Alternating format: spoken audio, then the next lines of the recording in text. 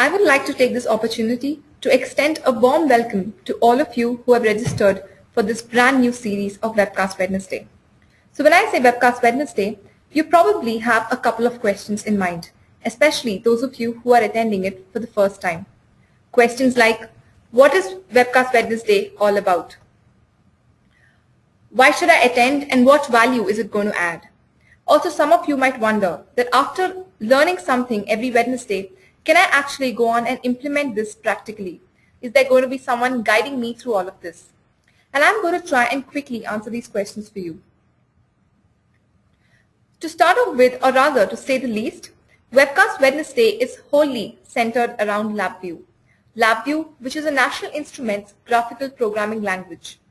Using this medium of Webcast Wednesday, we at NI are going to strive to improve your proficiency in LabVIEW.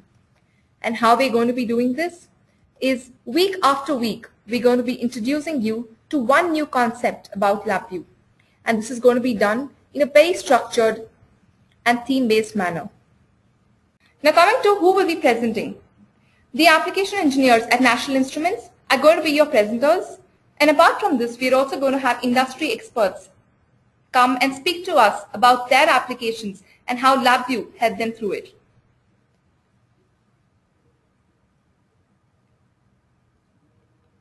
Now to further enhance your learning experience, we're going to involve the NI India community called LabVIEW E.N.A.B.L.E.D as an extended learning platform. To tell you a little about the community, the NI India community is a single network of students, industry professionals and academicians collaborating and coming together to create discussions, exchange and share resources, generate content on applications, NI technologies as well as industry trends and other third-party technologies.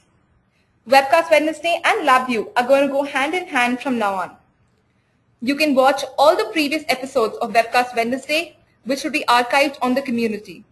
Apart from this, you can also ask your questions about these sessions and they will be immediately resolved by the application engineers at NI as well as other LabVIEW experts. This is also a networking platform where you can interact with your peers and other industry experts. So every week, the presenter is going to be posting a question on the community. And the winner of these questions is going to get 50% discount in CLAD and other National Instrument certification exams. Also, we're going to retain the previous structure of attending 20 webcast sessions and winning a free attempt at CLAD. So to kickstart this session of Webcast Wednesday, we have with us some experts from the industry and academics. They're here to share their experience with LabVIEW and how LabVIEW helped them through their applications. First up, we have Mr. Aditya Nithur, who's a business developer at Cogxar Research and Solution. Mr. Aditya is here to share with us a very interesting application that Cogxar has been working on. They're building a high-frequency trading platform called Axle Trade using the NI technology.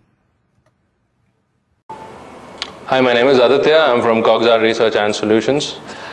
I'll be talking today about how LabVIEW and NI as a platform makes sense when it comes to enterprise hardware product development. NI and LabVIEW have helped us develop very, very quick prototypes, not just in the instrumentation and the automation field, but also in enterprise hardware product development. We've been working on a high-frequency trading application using NI and LabVIEW, and this was for a customized algorithm development requirement from one of the biggest banks in India. So we first started off with a bunch of challenges, which was basically how to deal with the large amounts of VHDL code that needs to be written on an FPGA. So going about it the traditional way, we came up with a time to market of about a couple of years. That was when we delved into our collective experience and we came up with the idea of why not try and use NI FPGA with LabVIEW to try and build this prototype quicker. So surprisingly enough, we also realized that somebody's already done this. So and NI was good enough to advertise that case study on its site. So it was really just a question of doing a little more research and getting into the actual development of the product itself. A LabVIEW engineer comes at a far lower cost than a VHDL engineer. So first, our operational expenses got mitigated there. And also, the amount of VHDL code that had to be written meant that we had to have a VHDL team of minimum 20 people to get this product up in the time frame that we had, which was about 6 months. So when we actually started to work on it, we also realized a few things about LabVIEW that we didn't know before, and I'd like to share those things with you now. One of the very interesting things about LabVIEW is that, and especially when it comes to LabVIEW FPGA, is that you can actually develop customized CLIP nodes, which came as a very, very interesting thing to us, because that basically means that on an FPGA, I can create customized packet filtration algorithms when it comes to internet protocol deployments, because along with my regular IP stack, I can have firewall rules embedded into them. So basically, I'm able to do firewall filtration real time. Who wouldn't want an enterprise product that is able to do firewall rule implementation real time, where your Ethernet stream is not being held back just because you have to make the environment a little more secure? If you can get both security and speed inside an FPGA, then NI is probably the fastest product development platform there is. Now, the interesting thing about this product development was that while the customer, as customers tend to, kept changing his requirements day by day, it didn't really take our engineers too much time to change the algorithms around, because a graphical programming language gives you that flexibility. And the way in which the libraries are really stored is also a lot more intuitive than a C programming or a VHDL programming initiative, where you really have to go back delving into hours and hours of coding, where you really don't know where what code is after a point of time.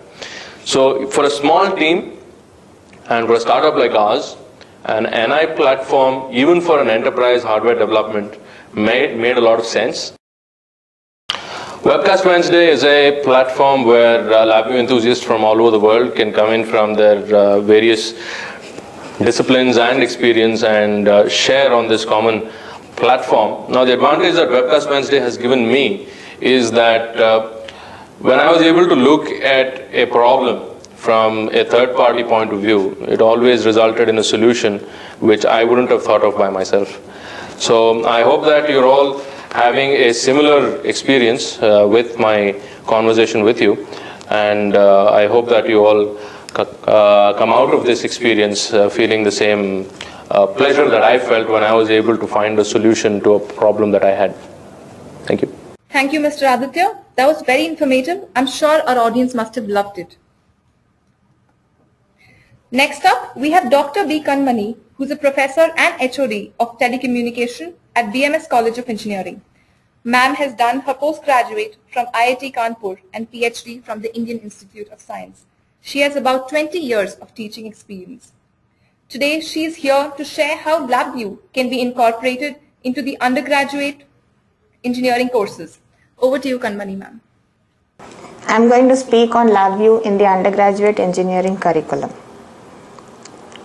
We learn a lot of concepts in different courses, beginning with mathematics, physics, chemistry in the first year, move on to signals, systems, analog electronics, digital electronics, and so on in the second year, move further to control systems, communication courses in the third year, and finally complete systems like the satellite communication, optical system, wireless communication, and so on.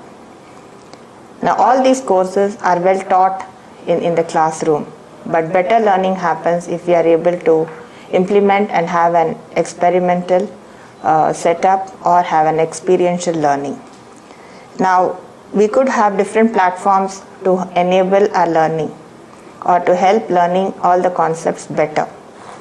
If I were to take any microprocessor or microcontroller or any processor and start programming in the assembly level code, it could be the fastest, but the amount of code that goes in is so enormous that we may end up not achieving the program at the end of having put in few hours or few days of work.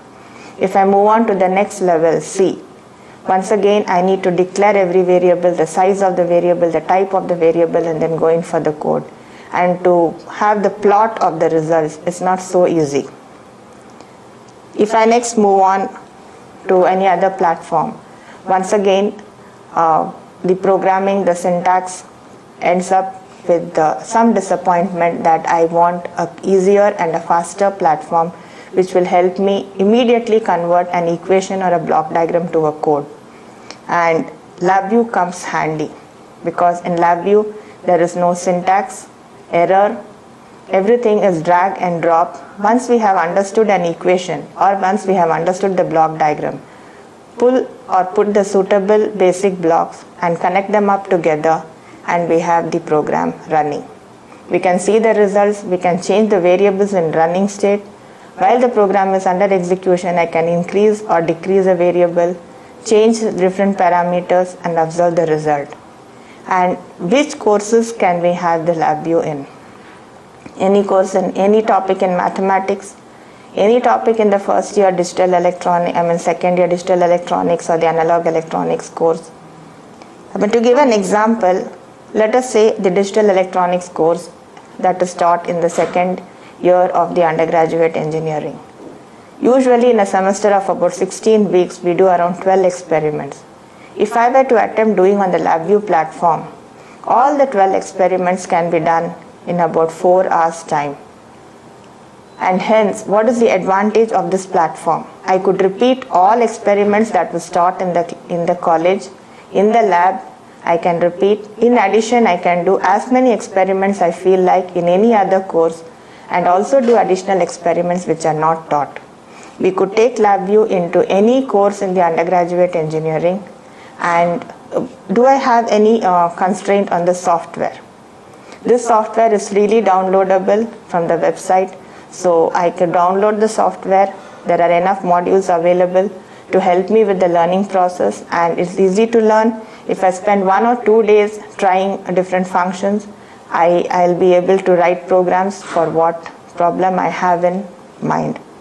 So if the classroom teaching teaches us the concept, an additional effort from our end in using the LabVIEW platform to understand the concepts taught makes me a better engineer.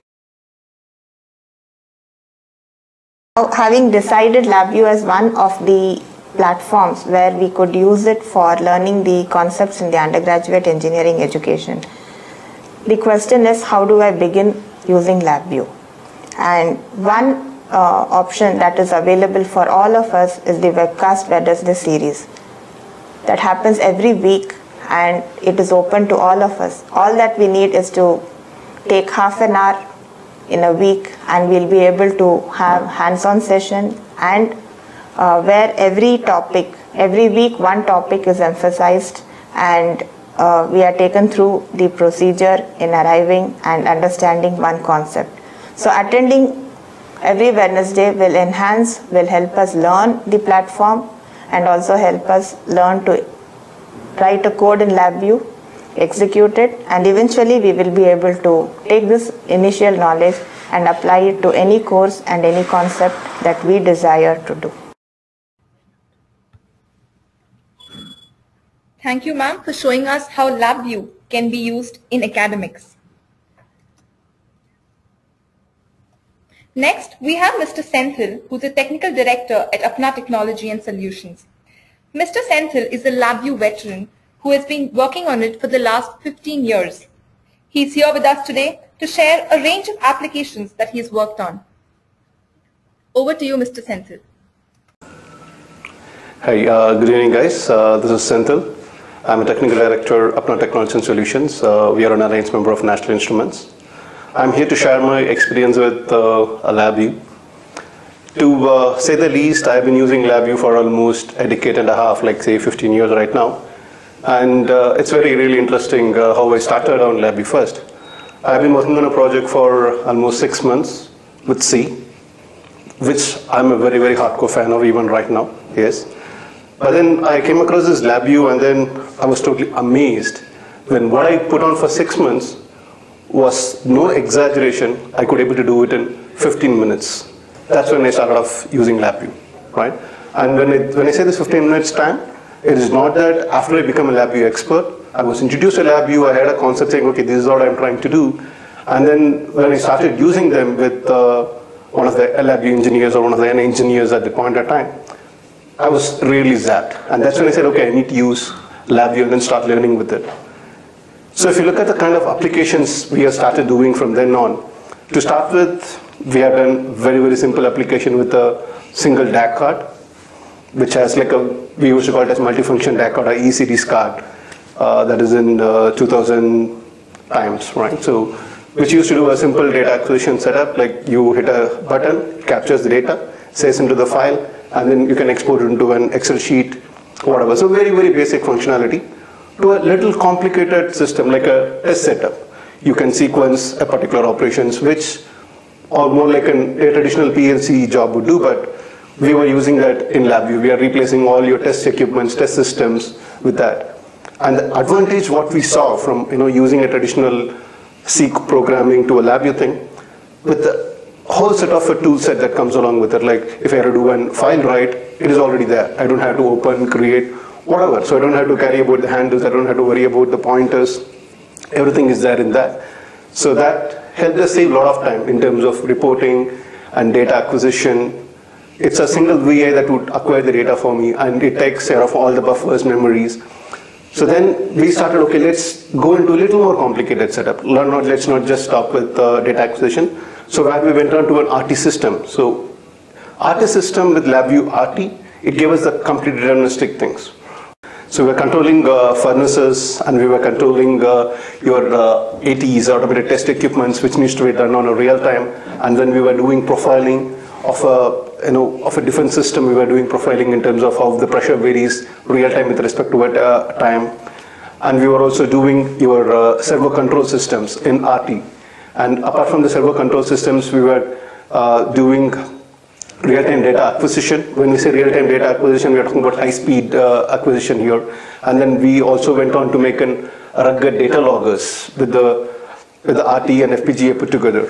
And with the advent of FPGA, we kind of replaced all our existing RT-based servo controllers to FPGA-based servo controllers, where we were getting control loop rates of microseconds, which was required for a power control system or a thyristor control system, where you're doing a microsecond controls. At the same time, FPGA, we could reduce the control loop rates as low as a millisecond or hundreds of milliseconds to control a mechanical system.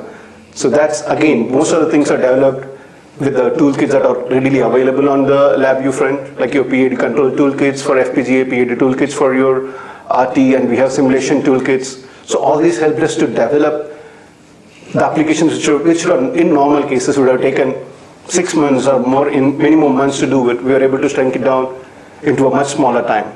So that's what LabVIEW has been keeping us doing all this while. In short, right, so whatever the major advantages of LabVIEW that we are seeing about it, right, whatever you're doing for months together, we can always shorten it in a much shorter time. So it helps you with all the examples that you have got, and there's a great community that is backing up your LabVIEW experiments, LabVIEW exercises, and moreover, you have this Webcast Wednesdays, which N.A. is doing out of their own interest and passion for LabVIEW, with the N.A. engineers supporting it through and throughout. I honestly welcome you aboard to our LabVIEW world. Welcome aboard. Thank you. Thank you so much, Mr. Senthil, for sharing your experience with us. I'm sure a lot of customers can relate to and benefit from this today. So moving on, from next week onwards, we're going to have rigorous LabVIEW proficiency building sessions where application engineers are going to cover a topic in LabVIEW each week and post a question pertaining to that on the community. Also, regularly, we're going to have some experts come and speak to us about their experience with LabVIEW.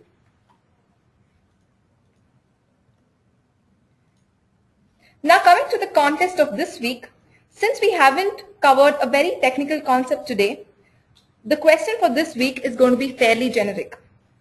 From next week onwards, we're going to have questions pertaining to the concept taught in LabVIEW.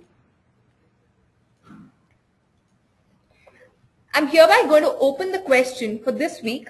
To answer this question, kindly follow the link that is being posted on your chat window right now.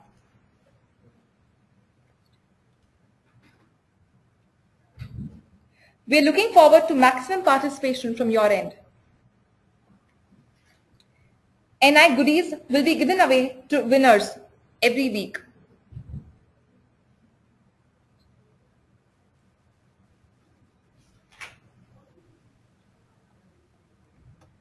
At any point of time, you can watch these sessions on the LabVIEW enabled community.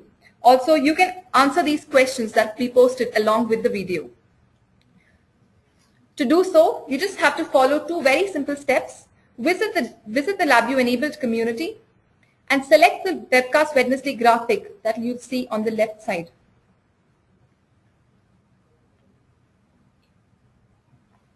Thank you so much for attending this session of Webcast Wednesday. We hope to see you all next week.